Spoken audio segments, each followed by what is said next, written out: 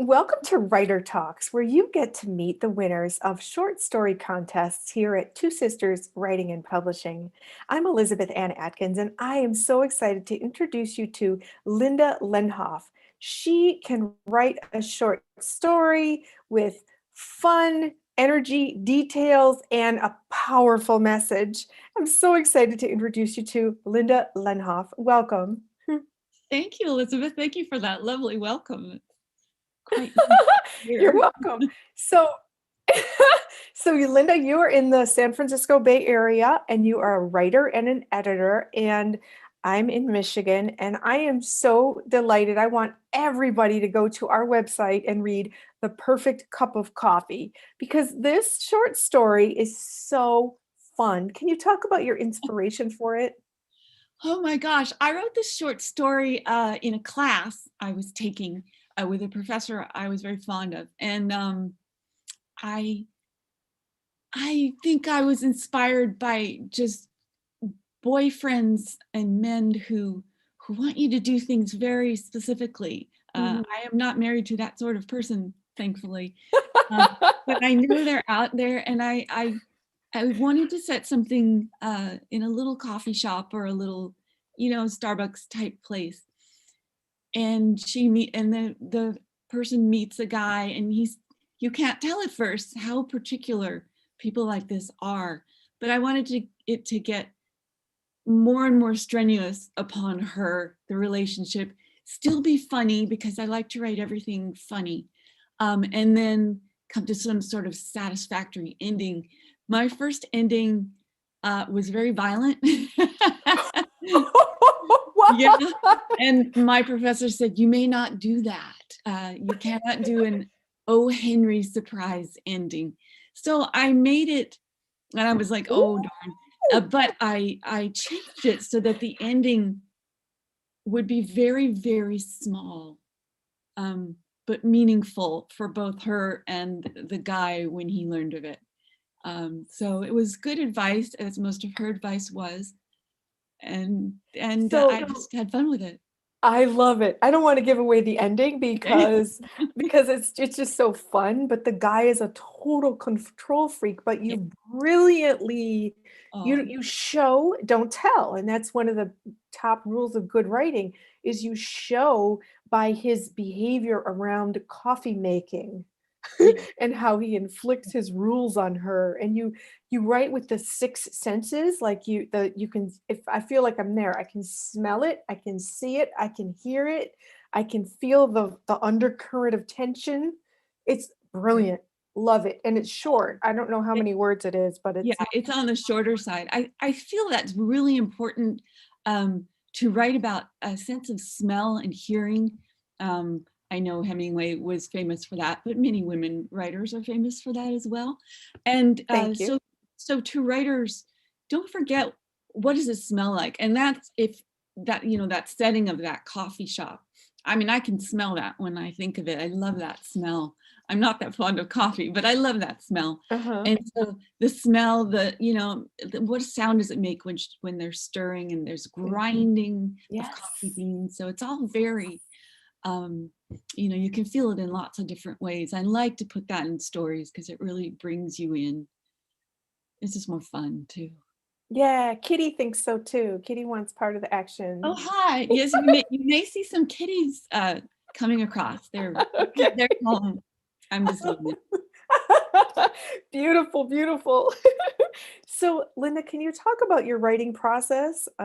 What do you write at a certain time of day? Do you, have any rituals around your writing? Yeah. Well, I like to make sure there are no dishes to do before I write. Um, Okay. I know different people have different things they have to do, and I'm not a fanatical house cleaner at all, unfortunately. But I do make sure that I've put the dishes away. Just, Okay. you got to do Whatever. that. If the floor's real dirty, and as you see, we have cats, so it's going to be. I mean, there's a certain amount of cleanup that is kind of preparing to write a story or a novel. It's kind of Yes. involved. And it doesn't take that long, but if things are a big mess, I'll just be too distracted.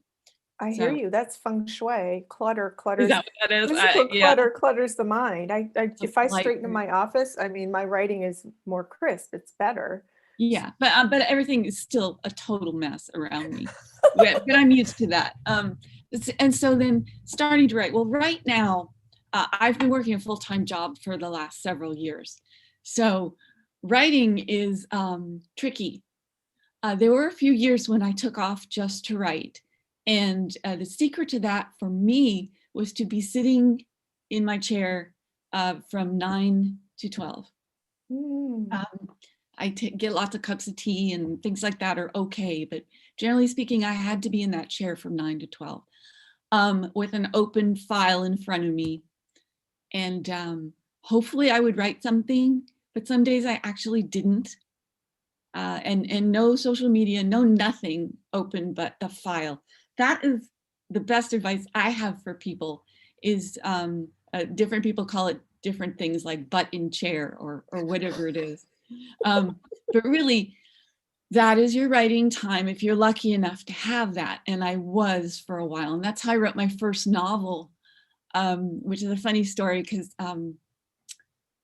we were invited to live in Switzerland for a year. My husband was invited to teach some courses. So we went and I took a break from my MFA program and I couldn't work because you have to be offered a job. So I sat in the room and I wrote. And I sat there from 9 to 12 for sure. And if the morning had gone okay and I wasn't hysterical, then in the afternoon, I would take out my notebook and I would make notes for the next day because I still like to use notebooks. Yes. Yes, yes, yes. I find that it just goes in my brain more easily than if it's typed. Although, as you can see, I can't really read it. No, it's kind of, what are you gonna do? And then if it went well in the afternoon, I would go back and um, write about what I was gonna do the next day. Now it's several years later, I would say now I'm mostly writing on the weekends. So if I sit down on a Saturday, I'm not that hard on myself anymore. Let's be 9 to 11 because life is really hard right now.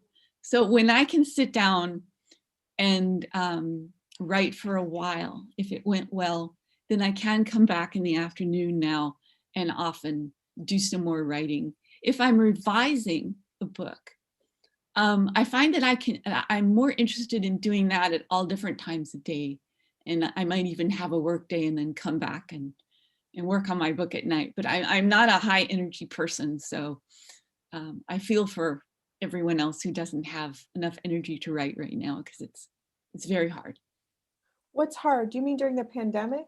Yeah, well, first of all, there's a pandemic. There's a global pandemic. So, Right. if you're feeling a little upset, that's why. Second of all, I have a full-time job on top of it, which I'm very lucky to have because many people were laid off and I haven't been and probably won't be for a few more months at least. So I have that and it's I'm an editor and a writer at a college. So it's a stressful job, lots of deadlines and lots of Mm. people to make happy. So there's Oh, the work stress on top of the global pandemic stress. yeah. And, I'm fortunate that my daughter graduated from college recently, so we're done with that whole thing. So it's actually a good time for me to survive a global pandemic. Right, right. But there's a lot going on when people say, "Oh, I just can't write right now." It's like, well, yeah, take it easy on yourself.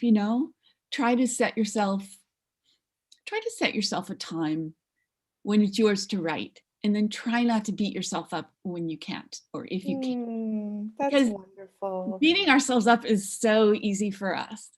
At least I know a Yes. lot of writers, and it's like we're ready.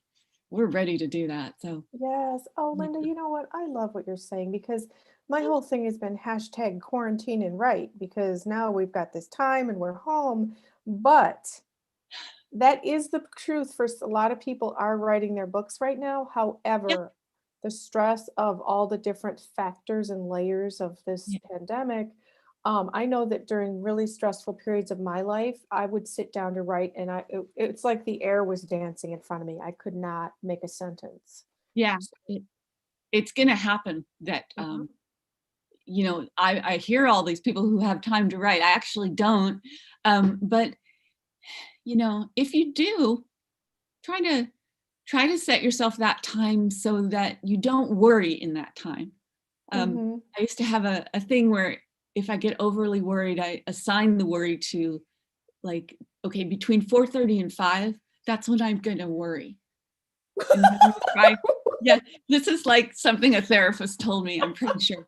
So you worry at that time and try not to worry the rest of the day. This Does is that where work? worry works like me.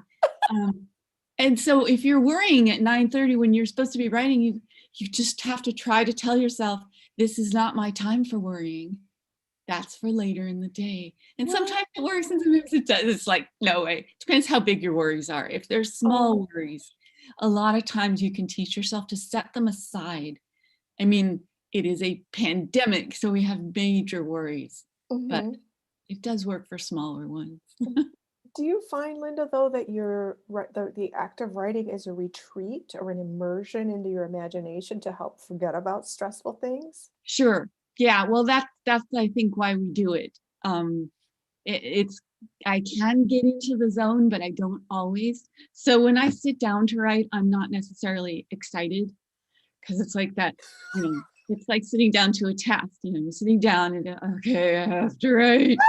And that's why I just kind of stare at it for a while and then I wait until and then I just sort of jump into it. And then if I can get into the zone for a while, that's just a wonderful thing. Mm. It doesn't last, but it's a wonderful thing. You're so funny. I love how you just keep it real. Oh my goodness. Mhm, Okay, so mhm. one of your novels, you also write novels, and one of them was among the top 6 of 1,000 entries in the Santa Fe Writers Project, right? Yes. Yes, this is a contest I entered in 2019 from Santa Fe Writers Project. It's a lovely independent press, and they hold a contest every year, which I encourage everyone to enter. Um, I think it's novels and memoir. You just have to check their website. Um, so I kept getting notes from them that, okay, you're on the long list. Out of 1,000, you're, I forget what, 99 or something. And then they Mhm. shortened it to 20. And then they shortened it to 6. And so I made the top 6. Wow, congratulations. Thank you. I think I was number 6, which is not bad. And I was very interested in them. And they ended up publishing several of the books. But then the pandemic hit. And Oh. they said, you know what? We don't know what we're going to do. Like so Mm, many presses, big and small. mhm. So they assigned me an editor, the woman who picked it out of the pile, and she worked with me on it. And her advice was great. This is a very different novel for me. I write light, humorous fiction, women's fiction, chick lit, whatever. Mhm. But this book, it's called Your Actual Life May Vary, and it's much darker. It's almost a Oh. satire. It's about living in suburbia, particularly in Northern California, and how strange things happen and what you do and how you make your own family when you move to a new community. This is something in California, and maybe it's everywhere, but I'm from California. And I wanted to write about how we move around even within California looking for someplace better. Oh, a new community. Oh, a newly zoned community. Oh, a new community with new features. So this very troubled woman moves to a new community with the child that she's sort of kidnapped. And yeah, and humor ensues. It's a very, very funny novel, but it's not for everyone. Um, I had an agent representing it, and she sent it to every major house except for 1 who didn't want to see it, and everybody passed. Mm. Some very rudely passed. Really? Yeah. The bigger the Oh. editor, the ruder the response. It was an Oh amazing my experience. gosh. Oh. So my agent is gone from that book. She worked on it for a long, long time, and then she moved on. And I don't blame her one bit. And I realized, and I think I always knew, that this book is really an independent press book. It's really taking a chance. Mm. It's very humorous, Mhm. if I do say so. I mean, most people love the humor, but it's a kind of a dark topic. So, but there are a lot of books like that, and I usually like them. Mhm. So, whether it'll be published in the next year or two, I don't know. Oh, I hope so. I hope you Thank get you. published, Linda. And so, would you like to read something tonight? I will read something, but something much lighter. Oh, good. I'll Okay. say, I'll say a couple of my books. This was my first book. Uh, Oh, Life on the Mode oh, I was my love first it. book. Oh, I actually wrote this as my MFA thesis and then sold really? it as chick lit. Yeah. Oh, So chicklet. Oh yeah, my don't goodness. let labels upset you. Back then it was a bit insulting, if it isn't still, to call your book chick lit or to have someone else call it that. But they were looking for books about young women. This woman lives in New York City, works in publishing, and so we just slid right in there. And while Kensington bought this book, they also bought the second book, Latte Lessons. Uh-huh. I love And it. so they were published in a couple of years. Oh, I just want to show you these because they're so cool. So the first book, Life a la Mode, was translated into like 4 languages, I think. So this is the Russian version. Ooh, fun. It is adorable. As you I see, lo- they took a scene from the book that's set in a gallery where there's glass statues. oh, There's no dog in the scene, but otherwise they did a beautiful job with this. It's oh, that's so fun. It very makes me want to surprising. read it. I This is a Czech version, what? paperback. Yeah, I love this too. It's one of my favorite Oh, covers. it's Um, beautiful. there's actually Wow. a second Czech version. I don't know why, but Wow. there's a character in the book who makes origami swans. So somebody Mm, really did some work, and they have little mhm. swans on the back. Gorgeous.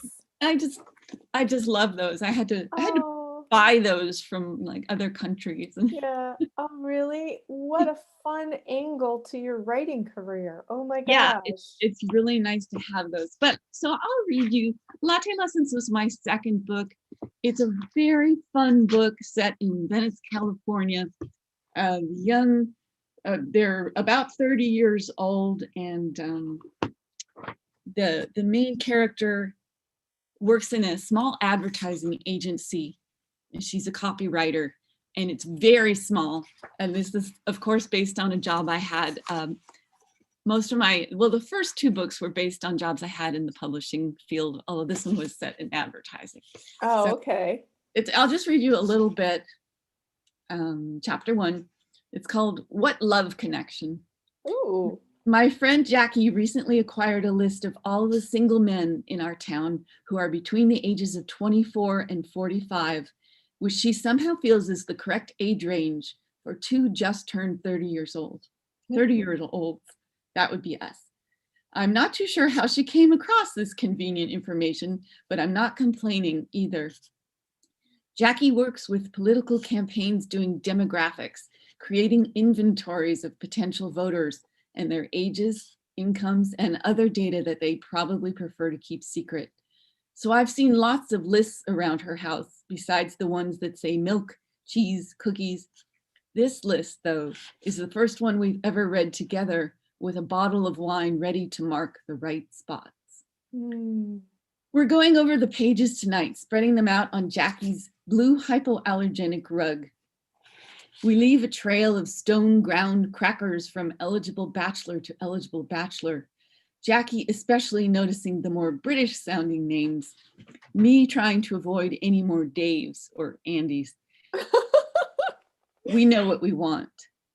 This isn't to say that I would in any way try to meet one of these 24 to 45-year-olds, with an income about $65,000. Jackie's a different story.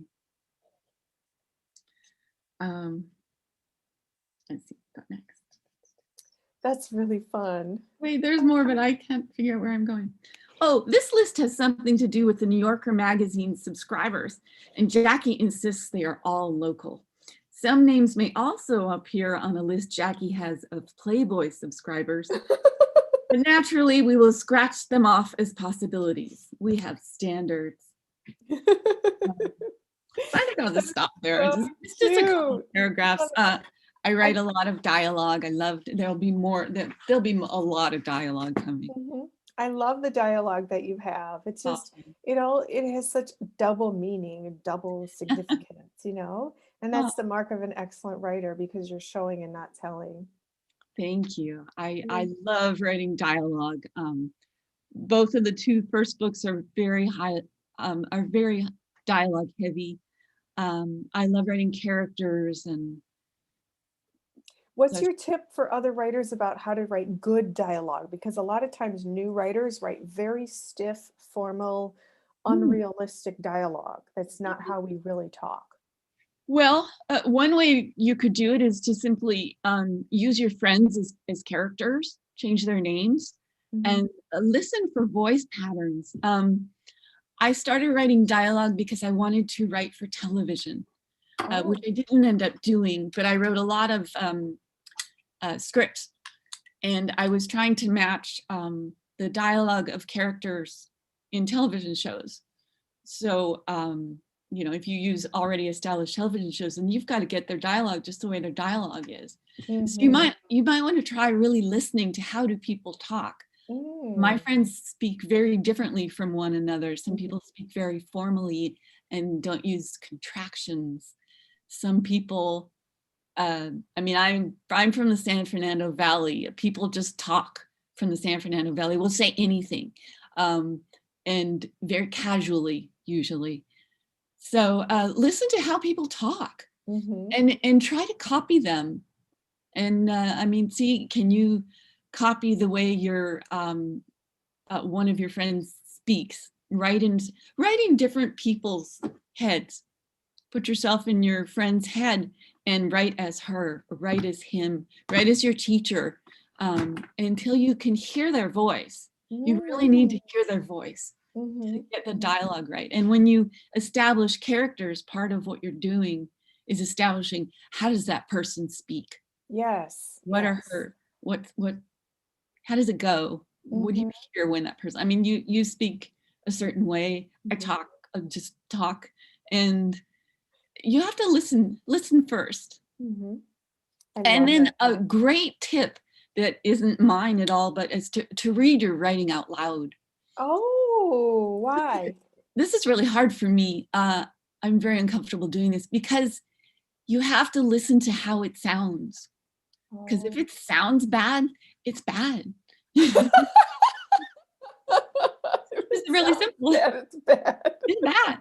Yeah. So read it out loud. And if you can't get through a sentence, then your words are too long and your sentence is too long. I mean, unless you're writing someone who speaks that way, you know, a very stuffy professor or medical person. But, you know, can you say it? Because if you can't say it, probably someone can't read it. Right. Oh my gosh. So how do you apply that same rule, Linda, to character development? Because the dialogue is, you know, showcases the character, but what about describing them and their thoughts and such? Yeah, I don't know. I don't know the answer to this. When I start a novel, I usually have a character that I want to write about. And then, you know, what's her situation? Who is she? I scribble. I make about 10, 15 pages of notebook notes. And when that's full, then I'm usually ready to start. It'll be like, you know, who is she? What does she care about? How much of her past do we need to know? I'm not big on writing about people's pasts. I don't do big psychological stuff because I'm more interested in what are they thinking now, and yeah, stuff happened and that's good to know. But it's just, I don't write deep psychological dramas. I wish I did. I'd sell a lot more. But, and I write in present tense. So, and not Oh. everybody likes that either. But I do, Mm. especially when you're writing first person, which most of I think all of my books are in first person. So, Wow. Why so do you? yeah, I just write a lot about who's her character. And then, well, let's say for Latte Lessons, so I've got the main girl. What is her name? Claire. Thank you. Claire's the main girl, and she has my job as a copywriter. So I gave her a partner, a guy copywriter, and they're, kind of at each other's throats. So they're gonna end up together. And then I gave her girlfriend Jackie, that she's known for a long, long time. And I used to be a political science major, and I was interested in demographics and political, statistics. I kind of wanted to do that. So I gave her that job, and that means she's got all this information. And then I also wanted there to be a mother story in here. So this is, I decided I was going to write about Claire's mom. And who is Claire's mom going to be? And I thought, I want to write about like the mom I always wanted. Wow. So I made her mother really kind and really sweet, and yeah, they go at each other a little bit, but her mother's very well intended. And so then I developed her mother's character a little bit. What does her mother want? One way to look at your characters is, what do they want? Where are they and what do they want? And what are their challenges? What do they have to overcome? And those will be the obstacles that you set up in your book, because you have to have obstacles or you have no plot, which I've been accused of. But you have no plot. Oh, sure, that's okay. Yeah, my books are character driven, and that's just the way it is. So you really have to think about who those characters are and what they want. And then when I get a whole bunch of pages, I start to circle things on what might be a chapter 1, and I'll just start labeling them. And I'll make a very loose outline. And if it goes, at least to like chapter, depending on how long I want to write a chapter, if it goes at least to chapter 12 or 15, I might even get started. Because it's been long enough, and I might just go for it. I don't, unfortunately, outline the whole book really thoroughly. I just don't. I probably should.